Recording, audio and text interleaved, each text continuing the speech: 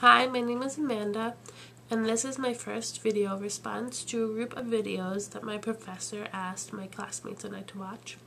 And I'm pretty nervous, not gonna lie. I haven't done this before and I don't really like being on camera, so I'm kind of uncomfortable. But hopefully I don't just ramble on and I seem to somewhat make sense. So overall, these videos kind of made me think about collaboration and how technology has had an impact on how we view collaboration. And I think a good example of this is how when my mom went to school, she was asked to sit in like single file rows and not talk to her neighbors and not ask for help. And when I grew up in elementary school, it was kind of the same thing. In some classes we sat in clusters, but it was still frowned upon to ask for help or ask your neighbor for answers. But now in university, a lot of my professors use a collaborative learning technique to teach us, and they realize that other students are bodies of knowledge and that we can always benefit from hearing different views. And I think that it's changed because we have these social networks like YouTube and Facebook and MySpace, which allow people to voice their opinion. And it's kind of made us realize that we as human beings, we like to be heard and we like to be needed and we like to feel like we're important. And in collaborative learning, we can do all of that. And it's the same as on Facebook and the same as Twitter. We have the outlet and the opportunity to voice our opinions. And I think it's pretty amazing that so many people are creating this user-generated content. And I was pretty surprised the other day because I read a statistic that said only 5% of internet users generate the content. And I was thinking, wow, that's pretty low. But then I read another statistic and it said that almost 2 billion people use the internet. And I thought, wow, that's 100 million people who upload content, whose voices that we get to hear, whose views of the world are shared with us. Now that's pretty amazing. That's a lot of people. And it kind of shows how it's changing the world because now we get to see news out of the eyes of other people instead of just through the eyes of these major news corporations who are usually sugar-coated and government friendly.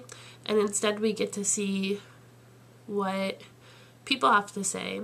And I think the news corporations are having a hard time keeping up with this technology.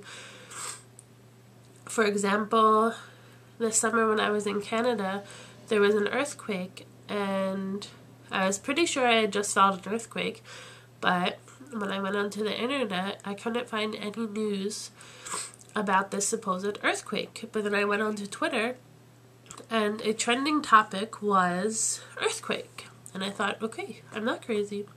There really was an earthquake. And it just astonished me. It kind of showed me how the world has changed and how these news corporations can't keep up with the users of the internet. And now I think they've realized that and they're relying more on user-generated content, like when they show us videos that users have sent in. And I think it's pretty amazing because now we're able to know the truth about everything, but at the same time it's made us into skeptics in a way because videos can be edited time and time again, and what we see isn't always going to be what's really happening. Kind of like magic, you know, we see one thing but it's just an illusion. And I think we kind of have to be skeptical and cautious of what we're seeing and what we're believing. And, you know, what really is the truth now? Is it the sugar-coated news that the news corporations show us? Or is it the soldier stationed in Iraq that throws the puppy over the cliff? I mean, perhaps they're both true, but who's to say? And I think in the end, it's not technology that's changing the world, but it's our ability to find the new uses for technology and to use technology to its full capability that's changing the world. And it's our ability to see what something is and what it could be. Like in the video remixes of the music songs, it's something that was already there, but we've changed it. We've contoured it to be more our style or our vision.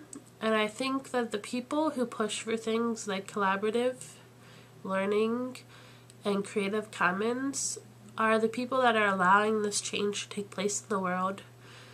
And that technology, like video cameras and the internet, it's just the outlet that allows our visions, reality or not, to come true.